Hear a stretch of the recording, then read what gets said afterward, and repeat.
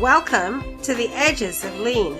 I'm Bella Engelbach, and in this podcast we explore the human and creative side of lean thinking, unusual places where lean thinking is practiced. We meet people who are practicing continuous improvement in many different flavors and styles. So come along with me on a journey to the edges of lean. Episode 75, Continuous Improvement and Couples Coaching with Dr. Robin Buckley. If you're a coach, have you ever thought about the family relationships of your clients? If you have a coach, how does your coaching experience engage your own family relationships? And more importantly, how might a couple benefit from engaging in coaching together? And how is that different from couples therapy? Dr. Robin Buckley specializes in executive coaching, which includes executive couples. I invited her to tell us about her approach. Dr. Robin Buckley, welcome to the Edges of Lean. Thank you, Bella. It's great to be here. It's really wonderful to have you. Can you tell us about Robin? What do you do, and what was your path? So currently I function in two realms. I'm an executive coach who works with couples, and then I'm also a professional speaker. And my path started in traditional mental health settings. My doctorate degree is in clinical psychology. But what I found over time was that, unfortunately, our model of mental health in this country is based on intervention and crisis. And that didn't align with me as a professional, and it didn't align with me personally. So simultaneous with me completing my doctoral degree, I also got my certificate as a coach. And what I've learned over several decades now is that coaching has that proactive, preventative approach, which I think is either a great supplement and partnership with therapy, or can really achieve some very specific goals that are outside of therapy for different clients. Yeah, that's really important, right? Because often when we think about coaching, we think about coaching as being something to help us move forward, right? That you have a goal and you're going to move forward from where you were to achieving that goal. But you use the word preventative, and that is so interesting to hear you say that. And I know so many of my listeners are coaches. So tell us what you mean by that. Sure. I want to start by saying I wish, and I think that some therapists doing traditional mental health work do have that preventative perspective. But again, it's just mired in what our society right now thinks about therapy, that it has to be this deep dive into the past to see how the past is affecting the present. And then once people feel better in their present, maybe in some therapeutic realms, they develop strategies for the future, but not all. They get to that point of feeling better and then they're done with therapy. And so coaching is, here's where I am now. In the way I was trained as a coach, here's what's working, and I'm going to build on those strengths. Here's what's not working as effectively, and how can I use those strengths to change my present? And then how can I apply those strengths or new skills to get to where I want to be in the future, whether it's in life, in my career, or in the work I do in my relationship. So it's preventing problems from happening in the future because you're learning from where you are now. I say to my coaching clients all the time, it's going to be really rare that I even ask about the past, because we can't change the past. There's nothing we can do. There's no magic wand to change the past. But what we can do as humans is change our current existence and then make plans for where we want to be in the future, so we're not replicating a dysfunctional pattern that we don't want. Right. And that really goes to, as you go through the coaching, that you are actually learning and reflecting on what happens as you try new things, right? So not just doing the new thing, but also then stopping and reflecting, how did that work, and how can I make that a habit? Is that so important? Yeah, that analysis is essential, because otherwise I don't consider it true learning. If it's okay, it worked, great. But without that question of why did it work, or were there pieces that didn't work, and what would we do differently, then that's not going to establish the future habit that you want, the future pattern that you want. Right. That's what makes coaching exciting too, because then you can see how people grow, and they're doing it themselves. What you're doing is not doing it for them, but they're doing it themselves, and it's so gratifying to see that happen. Yeah, one of my clients once called me a Sherpa, and I'm like, kind of love that because I'm letting you choose the paths. I mean, you hired me to clear out the brush so you can actually see the different options, but you're the guide, you're the lead. I'm just the one helping kind of get you to the path that really you want and that really works best for you. Robin, are there times when you are with a client, and when a client is working on something that you recognize from your doctoral training that they may have an issue that needs a different kind of help? What do you do in those situations? Yeah, absolutely. So it starts from the initial call, honestly, Bella, is I try and make sure that I've teased out, as best you can when you first meet someone, whether there is some true dysfunction, whether there is something going on in their daily life that it isn't that they don't like it, that is actually inhibiting them in a way that's at that clinical level. And because of my training, I'm really grateful for that background, even though I'm not doing traditional mental health anymore. It does help me identify, because one thing that I think is so essential, not just for clients, but for coaches, is to be really clear what the difference is between therapy and coaching. And when I hear words or see patterns in clients, whether it's at the very beginning or somewhere along the lines that truly is reflecting some of the categories or criteria for a clinical dysfunction, that's a great opportunity for me to say, you know what, I'd like to really suggest therapy, and I can give you some referrals, but I think that's where you might need to start, or at the very least, have it in place at the same time as we're doing coaching, depending on how significant the dysfunction is. And what I usually get is, well, you have a background, you used to do this kind of work, can't I just work with you? Right. And for me, while that might have been a possibility when I still retained my mental health license, I say no, because I don't think those two should be enmeshed. I don't think that there should be that overlap. I think they're having that clear delineation between the professions retains the integrity of both professional worlds. Yeah, that's a really good point, because when they could go the other way though too, right? That's the other thing that is fascinating to me is, and I think you already said something about this. So when somebody is in therapy and they are managing to solve and address some of those issues through therapy, at a certain point, they should be ready to think about the future and should be ready to move to further goal setting and further work to achieve those goals, focusing on the future. And actually, it would be lovely actually to have psychologists actually refer to coaches as well if it went the other way. So absolutely, I think that at some point, again, I think that there are some terrific mental health professionals that do take that next step in helping create future plans or future strategies.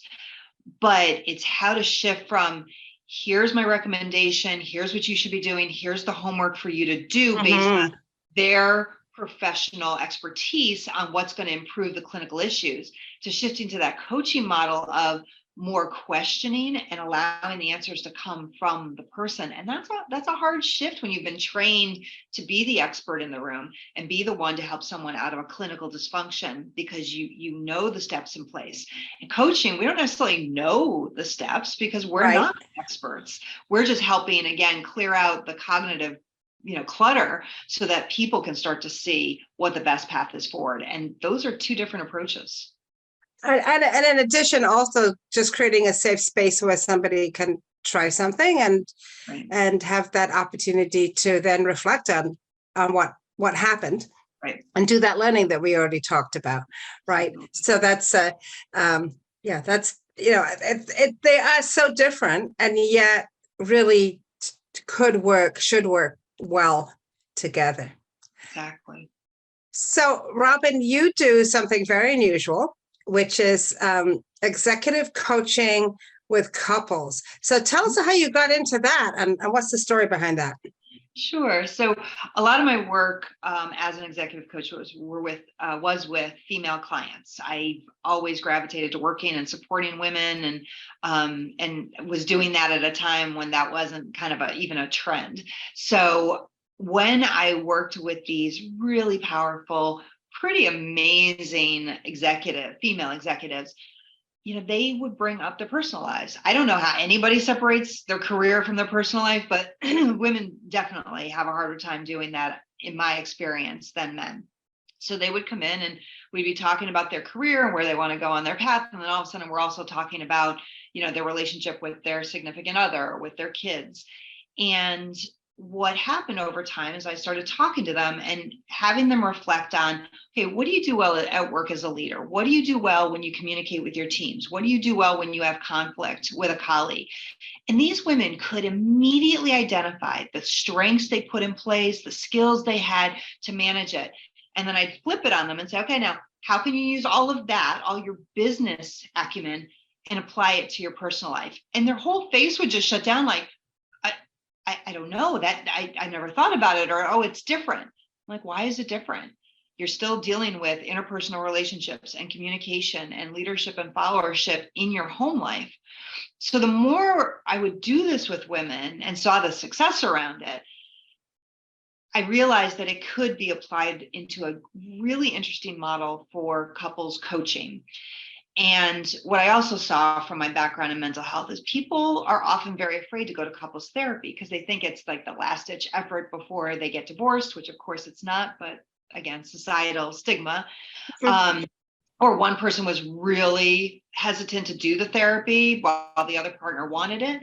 So I started thinking about what if there was a different way? What if there was a way to get the relationship you want in the present, and create specific plans and strategies to get the relationship to a place you want in the future? And how could coaching be used to create that? Because coaching, at least that I have yet to find other people that are applying this coaching model to a couple's relationship. So that's what I started doing. And it has been, about 10 years of a lot of fun. Yeah. Wow. Wow. So I have certainly seen this in my coaching practice where, and I do focus more on women as well, where a woman is talking about her goals and her dreams. And I asked that question. So what does your spouse think about this? How have you discussed it with your spouse? And I think I'm getting kind of the same reaction, right? I think there's sometimes a sense that piece of how we work together as a couple just isn't always talked about. And so, and I don't know if that's, is that's not therapeutic, right? It's just a case of, well, now we need to work on, just as you would, how you might talk with your boss or how you're going to talk to your direct report. We're going to work on what are you thinking about how you might talk to this person, your spouse? What amazes me, Bella, is that for a lot of these, high-powered or really professional individuals in whatever industry, they have a really clear plan. They have clear plans around projects and project management. They have clear plans about their organization or business and where they want it to get to. They have clear plans for their career trajectory. But when it comes to our committed relationships, we just get married and we hope it's going to be long-term. We expect it to last forever, but there's no plan. And what I joke with people about is, oh my gosh, on average in America, people put 250 hours to planning their 5-hour wedding day and about $25,000 for those 5 hours. But nobody puts in that, I shouldn't say nobody, very few couples put in that kind of dedicated thought and strategy around their committed relationship, their marriage. They just expect it'll be okay and that they'll figure it out as it goes, which amazes me because no successful business would do that. They would want to make sure they have a plan, and maybe the plan is to adjust, but they're going to have a plan. And it cracks me up when I talk to couples and I'm like, yeah, this is a good conversation to have. So why do you think that is? Is it just a romantic view of marriage, or? I do. I think that when I ask couples, why do people get married? They'll say love and they'll say sexual attraction. I'm like, okay, so love and lust. Let's just call it as it is. Yeah. But those are really transitory experiences. They ebb and flow. And without the strong foundation of a plan and strategies and protocols and KPIs to analyze how the relationship is going, the love and lust are not going to sustain. And I think my belief is that's why we have such a high divorce rate, because there's no preventative, like, okay, when we get to a transition in life, I know you can't predict everything and we're not trying to, but when we get to a transition, whatever that looks like, a new baby, death, a new job, a move, whatever it is, how are we going to handle this transition? And how are we going to make sure that we have stopping points to evaluate how our progress is going? People don't talk about relationships like they do business. And I think and I get this a lot. People will say, well, it is different, Robin. It's personal and it's emotional. And I'm like, right. And that's usually what creates the problem, the emotions and that subjectivity. That's what stops the strategic objective thinking. And I think more times than not in a relationship, that type of thinking, the strategy and the objectivity is really essential, because then the love and the lust is just going to get better, because you already have boundaries and guardrails around the essential pieces to make all the bells and whistles really enjoyable. Wow. So when you work with couples, are they usually sort of mid-career, mid-marriage? What's the timing? I would say a majority of the people I work with are, in their 40s to 50s. They realize that they're in a rut and they don't want to be in a rut. They want a more satisfying, happy relationship. They will often say, we want to get back to where we were. And I'll say, well, that will never happen with me, because we're not going to go back to where you were, because you're not the same people. It's not the same relationship. Hopefully we can evolve.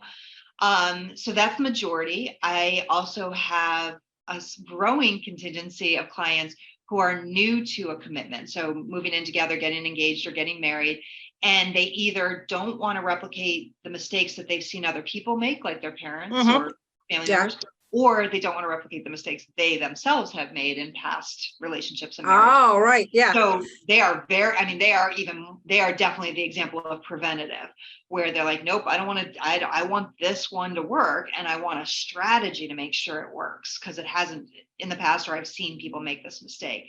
So that's really the two areas that I get with the majority around the rut. And then the ones that are fun, I'm like, this is really cool. You're coming in to ensure as best you can, being humans, ensure success, or at least have some protocols around trying to achieve success. So that's been an interesting transition, probably in the past 4 years, where I've seen more and more couples on the brink of a commitment. So it's been interesting to see the differences between both groups. That's excellent, right? That bodes well for the future of everybody, right? Because a couple who's able to do that is going to be stronger for the rest of their family. They're going to be stronger for their neighborhood, for their community, and they're going to be better off at work, right, Robin? Because if you're not stressed about what's happening at home, then you could be much more focused at work.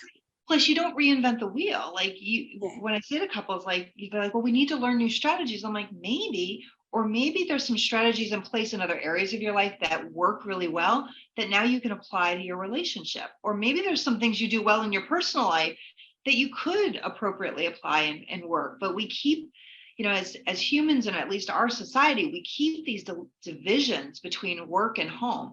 And the misnomer I really talk about in some of my professional speaking is this idea of work-life balance. And I call BS on that every time. I'm like, there is no work-life balance. Balance means equity and a really, to use the word redundantly, balanced approach.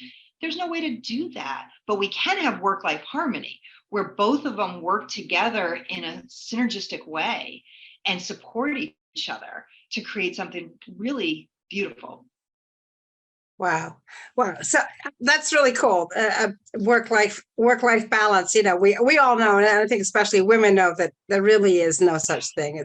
It's never balanced because there's either something happening at work, or there's something happening at home, or something happening in both places, right? And there are often things outside our control. Yeah. So the balance doesn't happen. But just I would think even having a conversation about what are we going to do? What would we do if you've got a really big project coming to fruition and we have a sick kid? And even having those conversations ahead of time, right? That would be helpful. And I What think would be a way to address that decision? Right. And I think with work-life harmony, it again goes back to the relationship where a lot of people say, well, my husband and I, or my spouse and I, or my significant other do things 50-50. And I'm like, really? Really? Do you? Like, first of all, I've never seen a relationship where 100% of the time it's 50-50, because sometimes someone has something bigger at work and they need to be at work more. So the other person's going to take more of the home life responsibilities. My husband and I are in this situation right now. And sometimes I have to be reminded by my very clear thinking husband. He's like, I had my time to transition. This is your time to really start diving into having a more expansive speaking platform. He said, and I've got things covered at home. He's like, so it's understanding that, again, that's harmony. We ebb and flow as the needs of our relationship and the needs of each of us individually demand. And that's okay, because there's been times when I've done more at home than he has, and it can switch because of the harmony. Not that, no, we are always supposed to be balanced.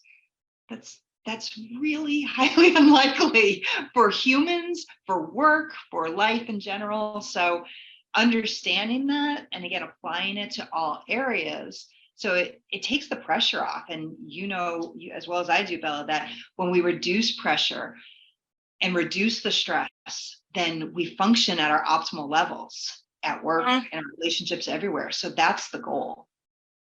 Yeah. And Lena, we talk about countermeasures rather than solutions. And the idea of a countermeasure, part of the idea of a countermeasure is that this is something that you do, partly to see how well it works, but also because you understand it probably is not the ultimate permanent solution. And in fact, there probably are in a lot of situations, there are no ultimate permanent solutions. Right. But you apply a countermeasure, you see how it works, and then maybe you apply a different countermeasure. But the process of deciding how we're going to find and pick our countermeasures, that's that's the important part, not what the countermeasures actually are.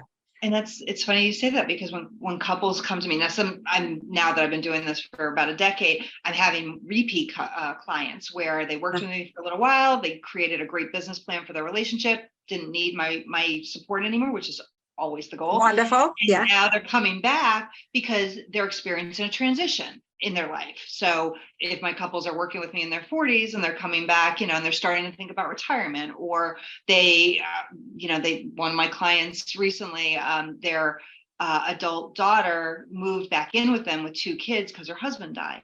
And they reached out to me and they said, okay, we know this is going to be a really big transition to all of a sudden now have 3 more people in the house, and how that's going to work, how that's going to look for us as a couple, because they're the foundation of that home.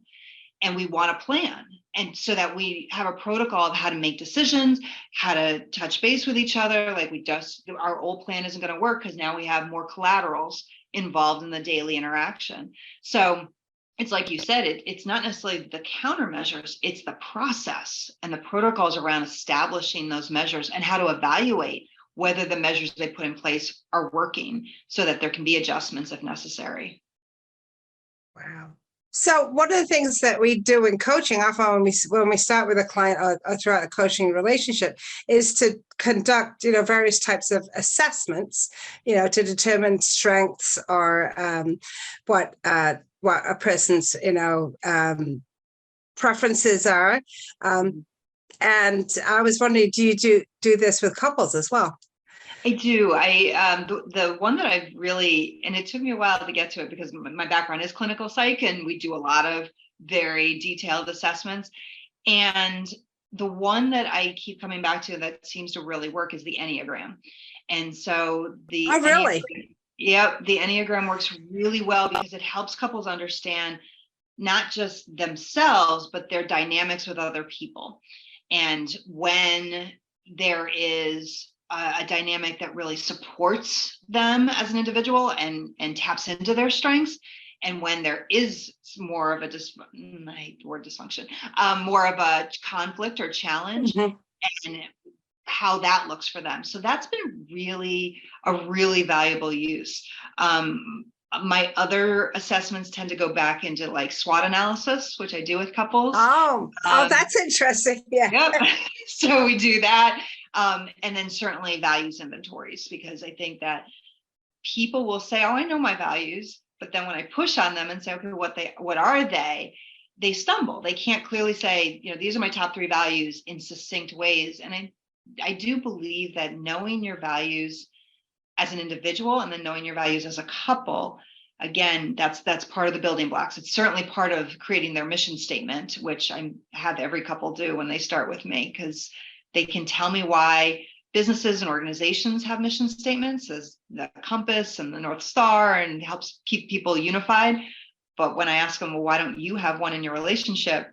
All I get is crickets, Bella. They're like, I don't know. Why don't we have that, Robin? I'm like, I don't know, but you're going to have one now. So knowing Yeah, that. yeah, I can understand that though. And I think it goes back to this sort of idea of relationships being based on, as you said, love and lust. And maybe, our values are, we love each other and we have a great time together. Well, those are not the values that will help us get through financial challenges or new jobs or deaths in the family, or all the things that really happen in real life. Absolutely. So it is fun. I love that there's a data-driven piece that couples can use. And that's a predominant part of this model I use, that when we look at things, for example, like key performance indicators, because as you know, couples will very often say, yeah, it just feels like things are getting better. And I'm like, oh my gosh, again, in business, would you ever just be like, yeah, I think things seem good. Like, it seems like we're doing okay.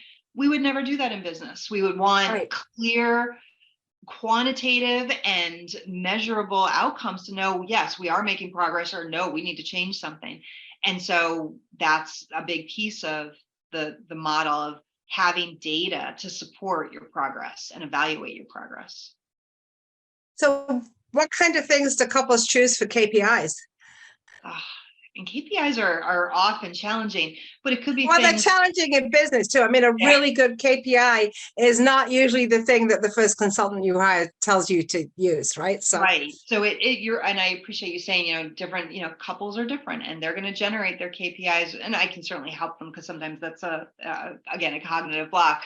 But one couple I'm working with right now, so their pain point, because we talk about pain points instead of problems or issues, because those have more of a subjective quality to them. Their pain point is that their communication is so ineffective that it's creating a toxic environment in their home. So that's their pain point, that we, after they have a free flow conversation and then we wrap it into a and so their KPI, one of them, is that they are going to experience 80% less fights during the week. And I help them quantify, well, how often do you fight? And they were fighting at least twice a day. And they operationalize what a fight looks like. And their fights were operationalized as starting to get their voices would get louder, certainly incorporated screaming, and then slamming things. So we talk really specific. So we are clear on the behaviors that we are starting to build the KPIs around to be able to evaluate. So 80% of their fights each week. So at the end of each week, they had their weekly relationship business meeting, and they would evaluate, okay, how many times did we actually increase the range of our voice, start screaming or slamming? And it wasn't an overnight, slam dunk. They certainly, experienced I wouldn't say slow progression, but, they were like, well, one day we were good. I'm like, okay, so one day you fought one time instead of twice. That's still progress. It might not be at the 80% yet, but that's still progress. So it's allowing them and training their brains to start to pay attention. Some of it, I think, is just priming their brains to look for, when are we starting to escalate? And then also priming their brains to look for, hey, we did an okay job today. We actually didn't raise our voices today, and that's progress. So it's not just about measuring progress, it's about appreciating progress in the moment, which I think is really important for couples. That is really important because as with anything, if you imagine, well, I'm here, or I'm at one point, and then I really want to get over here, which is very far away from there. I'm not going to get there by tomorrow, right? But I can celebrate both the little steps that I make to, get a little bit further along. And I can also celebrate when I run into some kind of an obstacle and I start to see what that obstacle really is. But that's huge, right? Because once you start to recognize the obstacle, you can start to work against that particular obstacle. Absolutely. What a lot of couples say to me when I say, after 3 or 4 sessions, because I do see quick progress for many of my couples, and I'll say, why do you think this is working for you? And some of them are very honest. They're like, I just think that we're thinking deliberately about our relationship more than we ever have, or more than we have since the very beginning. Like, we're making choices because we know we identified this was a pain point. This is our KPI. And it's very at the forefront of their thinking. So when they see it starting to happen, it's like, okay, now it helps them scale back, instead of, like, for many of us who have been in unsuccessful relationships, we're just going with no evaluation and no realization until we're in those uncomfortable or dysfunctional moments.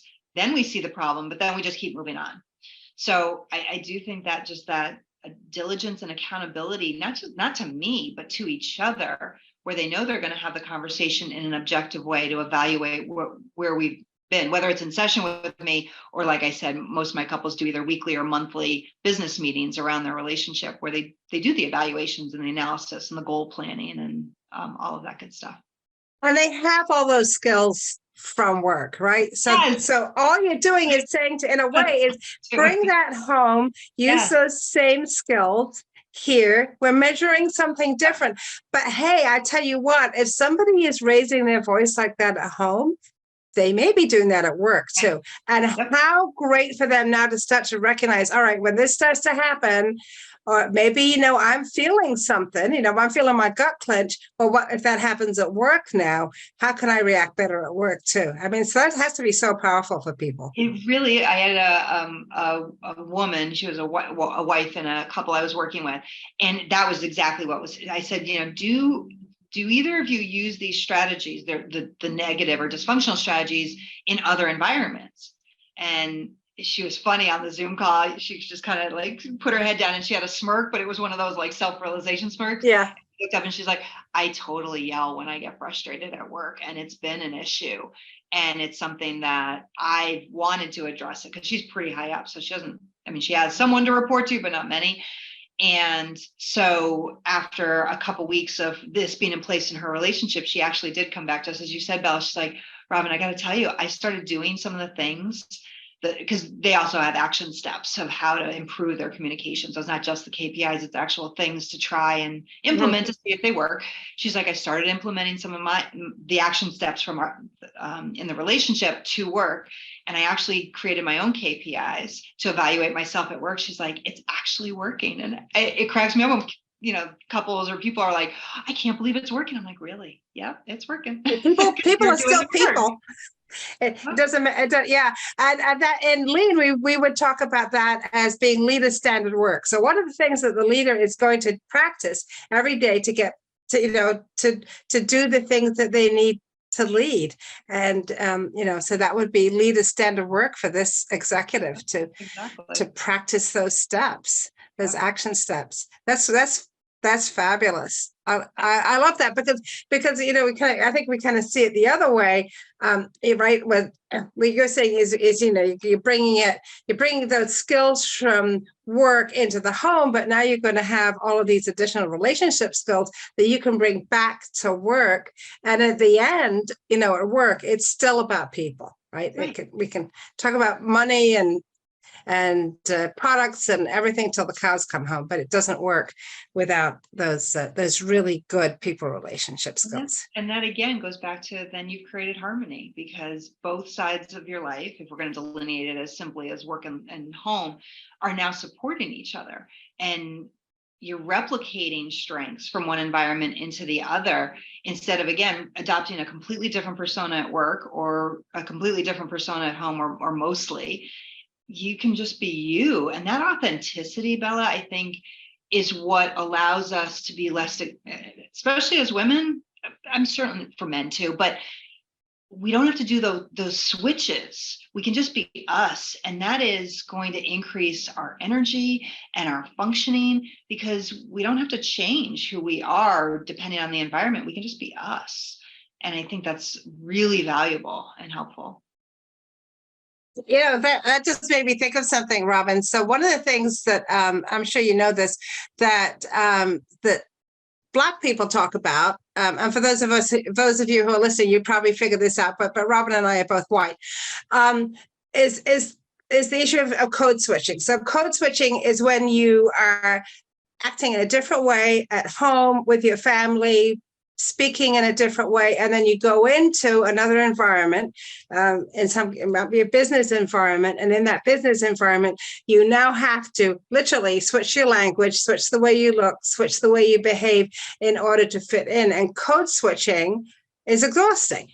It's absolutely, people get very facile with it. But what you made me think of, Robin, is that I think for women, and I think it's true for men too, men who have very active family lives, different person at home, the daddy who's reading stories to little kids and struggling to get them to bed, goes to work and is a serious executive. That's a kind of a code switching, and that's exhausting.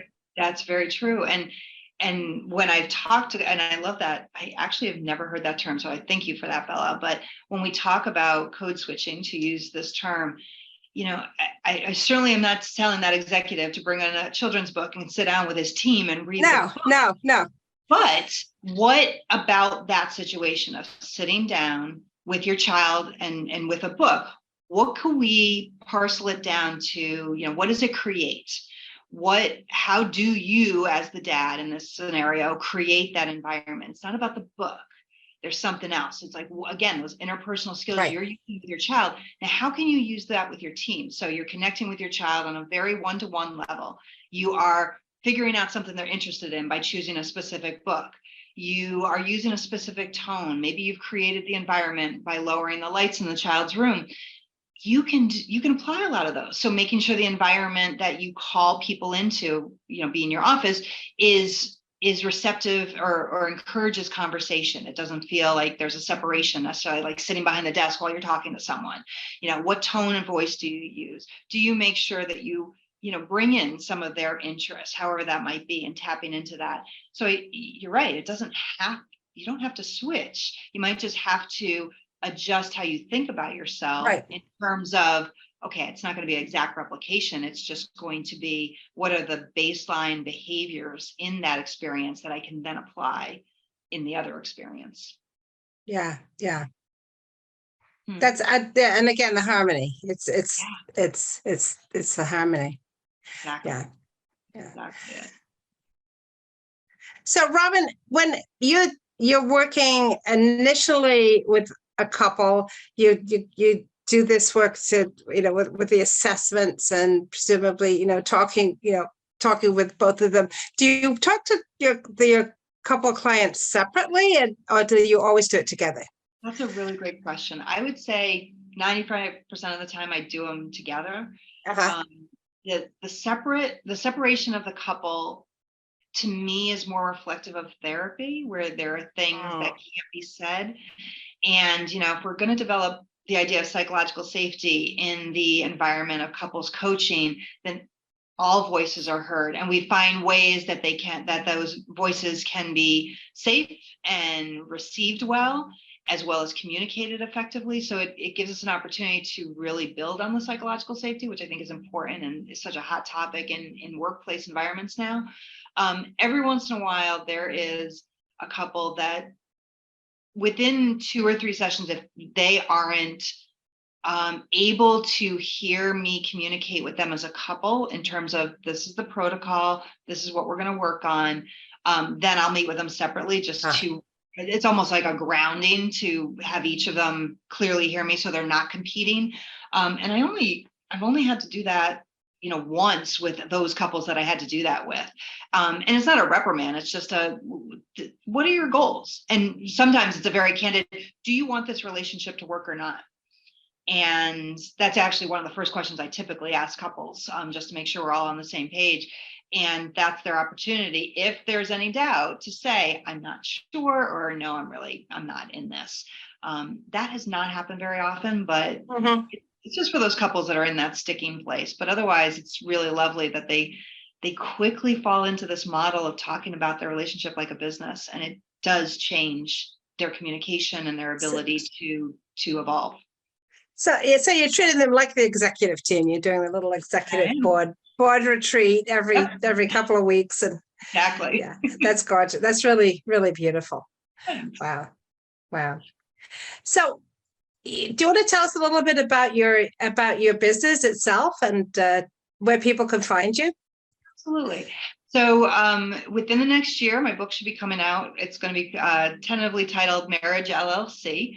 And it talks about this whole model, because I do think that there are people that could apply it on their own. And I would love for them to be able to do that, or at least have that basis before they work with me. But finding me is very easy. I'm on multiple social media platforms. So I'm on LinkedIn, Instagram, and Twitter. We'll see how Twitter goes over the next couple months. But certainly Instagram and LinkedIn. As we're recording this, Twitter is going down the tubes rapidly. Exactly. Thank you for clarifying. Yeah. Anyway, so LinkedIn and Instagram, easy to find me, and then my website also easy. All my nomenclatures are just Dr. Robin Buckley, all one word, no periods, and the DR instead of the full doctor. And they can certainly contact me by just doing an outreach. There's also a lot of the press that I've done. So articles I've written, articles I've been quoted in, all my wonderful podcast events are on there, which I love because it lets people get a deeper sense of me from the executive coaching side, and then as well as the couples coaching side, so they can really see how it dovetails. Well, that's great. Thanks. So Dr. Robin Buckley, what is your one piece of advice for a young person, or maybe I should say a young couple starting out? Oh, that's great. I will always gravitate back, Bella, to a mission statement. Sitting down and having a conversation, not just a conversation, because lots of people have conversations. And again, you and I know that when we think about something, that's a great first step. But when we talk about something, it becomes stronger. And when we write it, it becomes powerful. And writing down your mission statement, knowing that it's a dynamic tool that can evolve and change with your relationship, but starting that out and doing some research around what a mission statement looks like, because they're short. I mean, goodness, some companies have 2-word mission statements, and I don't hold couples to that, but 3 to 5 sentences. And the mission statement is about you as a couple, not your collaterals, which are your kids or other people you take care of. It's you two, because you're the foundation of your home and your family. So creating a written mission statement that you can regularly use as a tool to make sure you're on track, and every behavior you do supports the mission as a couple. That is brilliant, beautiful advice. And thank you very much for that. You're very welcome. Dr. Robin Buckley, thank you so much for traveling with me to the edges of lean. Thank you, Bella. This is Bella Engelbach, and I'd like to thank Dr. Robin Buckley for being my guest on the Edges of Lean. What did you learn from this conversation? What ideas did it spark? We would love to hear from you. Find Robin at www.drrobinbuckley.com or on LinkedIn, and keep an eye open for her upcoming book. Find me on LinkedIn or at leanforhumans.com, or comment wherever you watch or listen. Subscribe and tell a friend about the Edges of Lean. Please join me in exploring more of the Edges of Lean. There's a lot to learn. And check out my friends in the Lean Communicators community at leancommunicators.com. You'll find more podcasts and videos with lots of great new content every week. The Ages of Lean is written and produced by Bella Engelbach with support from Podcast Inc. This is a Lean for Humans production.